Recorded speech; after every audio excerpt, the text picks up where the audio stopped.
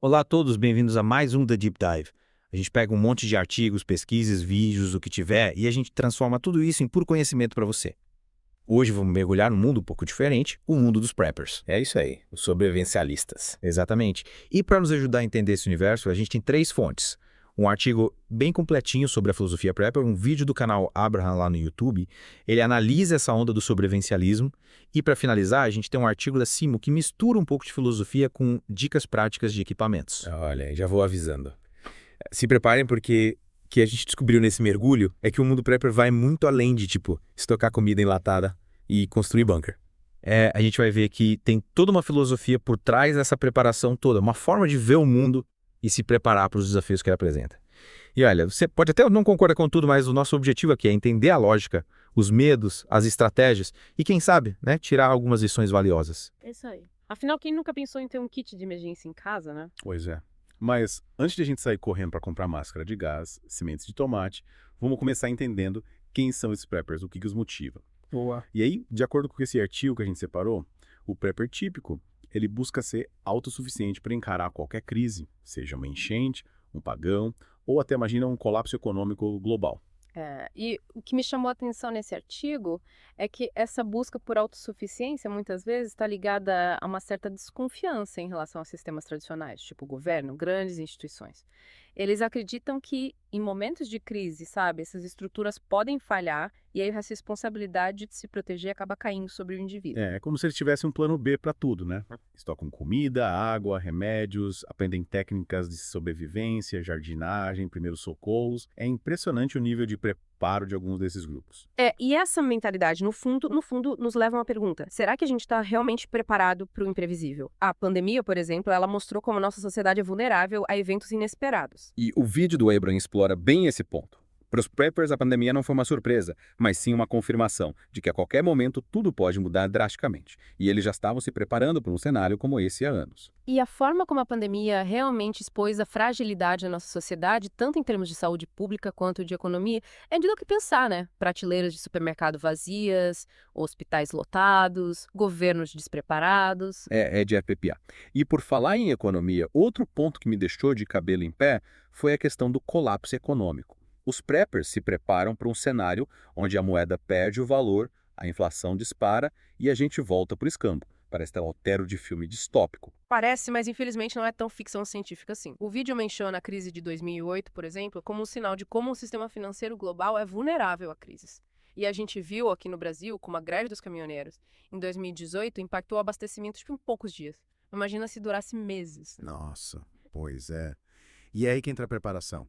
Ter um estoque de alimentos não perecíveis, água potável, itens de higiene, saber como cultivar alimentos, purificar água, prestar primeiros socorros, tudo isso pode fazer a diferença entre passar aperto e sobreviver com dignidade.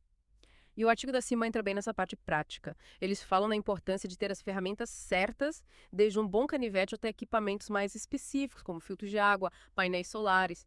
Eles até dão dicas de como escolher uma boa faca. Eles levam a sério a máxima, uma faca afiada é a melhor amiga de um sobrevivente. É verdade. Mas, brincadeiras à parte, ter algumas ferramentas básicas em casa pode ser muito útil, mesmo para situações tipo do dia a dia, né? Um alicate, uma chave de fenda, uma fita isolante, nunca se sabe quando a gente vai precisar. Verdade. E é legal que eles enfatizam que o sobrevivencialismo pode ser adaptado à realidade de cada um. Não precisa virar um eremita e viver no mato para se considerar preparado. Pequenas atitudes já fazem diferença. Exato. Ter um kit básico de emergência, com lanterna, pilhas, água, alimentos não perecíveis, um rádio a pilha para se manter informado. Isso já é um ótimo começo. E se você tiver espaço para uma pequena horta em casa, melhor ainda. Saber plantar seus próprios alimentos te dá uma autonomia incrível.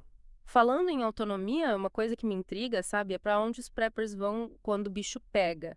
Eles se escondem em bunkers, fogem pro mato. No vídeo, o Abraham explica que existem dois tipos principais de preppers, os bug-in e os bug-outs. Os bug-in acreditam que é mais seguro se fortificar em casa, transformar o lar numa fortaleza.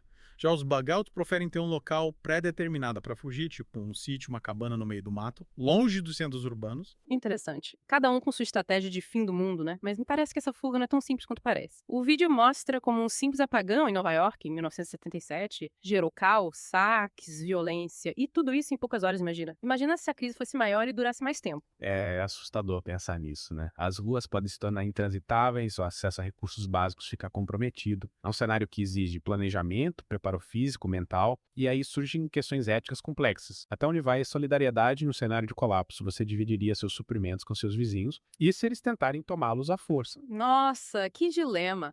É de fazer a gente questionar nossos próprios valores, o que a gente faria em situações extremas. Mas antes de a gente mergulhar nesse lado mais obscuro da sobrevivência, que tal a gente respirar fundo? E na próxima parte a gente explora os benefícios de se preparar, mesmo que você não seja um prepper radical. Combinado. Porque no fundo, todos nós buscamos um pouco de segurança, autonomia, né? Quem sabe a gente não descobre algumas dicas valiosas para ter mais controle sobre as nossas vidas, independente do que o futuro nos reserva. Pois é, respirar fundo e manter a calma é essencial quando a gente se depara com temas tão intensos quanto o sobrevivencialismo. Mas sabe o que me chamou a atenção nessa imersão no mundo prepper? É que a preparação em si pode trazer benefícios que vão além da sobrevivência em cenários apocalípticos. É verdade. É isso que a gente vai explorar agora. O que a gente pode aprender com a mentalidade prepper sem precisar adotar todas as práticas, tipo, dos mais radicais. Uma coisa que me impressionou foi a ênfase na autossuficiência. Aprender a fazer as coisas por conta própria, tipo cultivar alimentos, consertar objetos ou até mesmo costurar. Isso nos torna menos dependentes de serviços e produtos externos, né?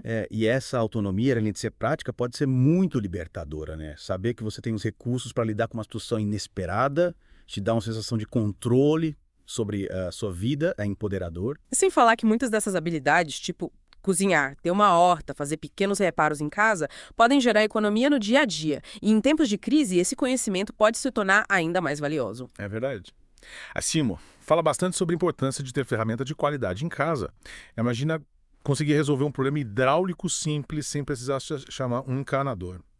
Economia na certa. E não é só o lado prático, né? Desenvolver habilidades como essas também pode ser um hobby, uma forma de relaxar, se conectar com atividades mais manuais, um respiro nesse mundo cada vez mais digital e acelerado. E quem sabe, até descobrir talentos escondidos, né? Eu, por exemplo, nunca pensei que fosse gostar de jardinagem, mas depois que comecei a cuidar de algumas plantinhas em casa, descobri um lado meu que nem imaginava. Olha só.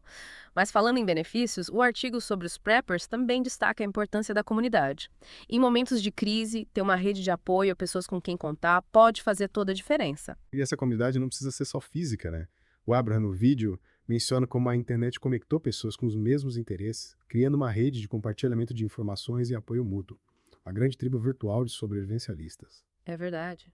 Fóruns online, grupos em redes sociais, canais no YouTube, tudo isso permite que os preppers troquem experiências, dicas e até organizem treinamentos em grupo. A força da comunidade em ação. E essa troca de conhecimento, aliás, é algo que a gente pode aplicar em várias áreas da vida, né? Buscar informações de fontes confiáveis, conversar com pessoas que entendem do assunto é sempre enriquecedor. Com certeza. E não podemos esquecer do benefício mais básico, mas talvez o mais importante, a paz de espírito. Saber que você está minimamente preparado para enfrentar situações adversas, ter um plano B, isso pode reduzir a ansiedade e trazer uma sensação de segurança. É como ter um seguro, né? Você espera nunca precisar usar, mas saber que ele está lá te dá tranquilidade. Exatamente. E essa sensação de estar no controle da situação, mesmo diante de imprevistos, pode te dar mais confiança para tomar decisões e enfrentar desafios. É como se tivesse um passo à frente. E pensando bem, não é só em situações extremas que essa preparação faz diferença, né? No dia a dia, ter um kit de primeiros socorros em casa, saber como agir em caso de incêndio ou um acidente doméstico, pode ser crucial. É como diz o ditado, né? É melhor prevenir do que remediar. E essa mentalidade preventiva pode se estender para várias áreas da vida, desde a saúde até as finanças. Falando em saúde, o artigo da Simo menciona um ponto interessante. Nunca se vendeu tanto remédio como hoje em dia. E isso, em parte, é reflexo do nosso estilo de vida cada vez mais sedentário, da falta de contato com a natureza. Verdade. E aí que entra a proposta dos preppers de buscar atividades ao ar livre, como camping, trilhas, pesca, que além de te conectar com a natureza, te desafiam fisicamente e te ensinam habilidades valiosas. É uma forma de se reconectar com nossos instintos mais primitivos. E não precisa ir tão longe, né? Um passeio no parque, uma caminhada no bairro, já faz uma diferença enorme na saúde física e mental. Com certeza. O importante é se movimentar, respirar puro, se desconectar um pouco da correria do dia a dia e quem sabe até descobrir novos hobbies. Quem sabe? Mas Pensando em tudo que a gente discutiu até agora, me parece que o sobrevivencialismo, além de ser uma forma de se preparar para crises, é também uma filosofia de vida que nos convida a repensar nossos hábitos, nossa relação com o mundo, com nós mesmos. Concordo plenamente. E mesmo que a gente não adote todas as práticas dos preppers, acho que podemos tirar lições valiosas dessa mentalidade. A busca pela autossuficiência, a importância da comunidade, a conexão com a natureza e, acima de tudo, a consciência de que estamos sempre sujeitos a imprevistos e que estar preparado pode fazer toda a diferença. É ter uma visão mais ampla, mais estratégica da vida. E aí, o que você acha? Tá pronto para montar seu kit de emergência, começar uma horta, aprender a fazer fogo com um pedacinho de madeira? Calma lá. Antes de sairmos comprando suprimentos e facas de sobrevivência, precisamos analisar outro aspecto importante do sobrevivencialismo, a questão do medo. Porque, sejamos sinceros, essa busca por se preparar para o pior pode ter um lado obscuro, né? Verdade. E é exatamente sobre isso que a gente vai conversar na próxima parte do nosso mergulho. Será que essa obsessão por segurança pode nos levar à paranoia, ao isolamento? Será que existe um limite entre a prudência e o medo? Preparem-se para mais um mergulho profundo no mundo dos preppers, porque a aventura continua. Chegamos naquela parte do nosso mergulho, né? Onde a gente precisa tomar cuidado para não se perder no meio do caminho. A gente viu os benefícios da preparação, da autossuficiência, da comunidade. Mas e quando essa busca por segurança, ela se transforma em medo constante, em paranoia? Cadê o limite? A gente sabe, né? Que a diferença entre o remédio e o veneno às vezes está na dose. O vídeo do Abraham, por exemplo, ele mostra um lado mais sombrio da mentalidade prepper, com tipo cenas de pessoas armadas, se isolando do mundo, desconfiando de todo mundo. É um lado que chega a ser assustador. Essa fixação com cenários catastróficos, às vezes, parece que cria uma profecia autorrealizável, né? A pessoa se isola por medo da sociedade e acaba reforçando a crença de que o mundo é um lugar hostil e perigoso. Exatamente. É como se a preparação para o caos acabasse gerando o próprio caos dentro da mente da pessoa. A linha entre a prudência e a paranoia ela é muito tênue. E essa paranoia pode levar ao isolamento social, à dificuldade de confiar nos outros, até problemas de saúde mental. E imagina viver constantemente com a sensação de que o mundo está prestes a acabar. É um peso enorme para carregar. É como se a pessoa estivesse sempre em estado de alerta, esperando o pior a qualquer momento. E no fim das contas, essa busca incessante por segurança pode acabar te aprisionando nos seus próprios medos, te impedindo de viver plenamente o presente. É um paradoxo, né? Se preparar para o futuro te impede de aproveitar o agora. É como estocar tanta comida que você acaba esquecendo o prazer de saborear cada refeição. Perde-se o equilíbrio, a leveza, a capacidade de confiar e se conectar com o mundo. E aí a gente volta àquele ponto crucial que a gente discutiu antes, o equilíbrio. Buscar conhecimento, se preparar para imprevistos é importante, mas sem deixar que o medo domine sua vida. É encontrar o ponto ideal entre a precaução e a leveza, a responsabilidade e a espontaneidade. Essa busca por equilíbrio me lembrou de uma frase do filósofo Sêneca que ele dizia: não é que tenhamos pouco tempo, mas que perdemos muito. Muitas vezes a gente se preocupa tanto com o futuro, com o que pode dar errado, que a gente deixa de viver o presente de forma plena, sabe, significativa. E falando em viver de forma significativa, eu acho que o movimento prepper, apesar de todos os seus exageros, ele nos convida a refletir sobre a forma como a gente lida com os recursos do planeta, né?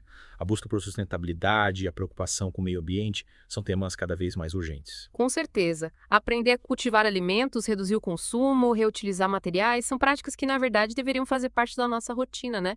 Independentemente de qualquer apocalipse. É uma questão de responsabilidade individual e coletiva. E pensando no futuro, quem sabe, né? A gente não pode aprender com essa capacidade de adaptação dos preppers. Em um mundo em constante transformação, ter jogo de cintura, saber lidar com imprevistos, se reinventar é fundamental. Verdade. Afinal, a vida é uma grande aventura, cheia de desafios e surpresas. E estar preparado tanto física quanto mentalmente pode fazer toda a diferença. E com essa dose de sabedoria prepper, a gente chega ao fim de mais um mergulho profundo, aqui no The Deep Dive.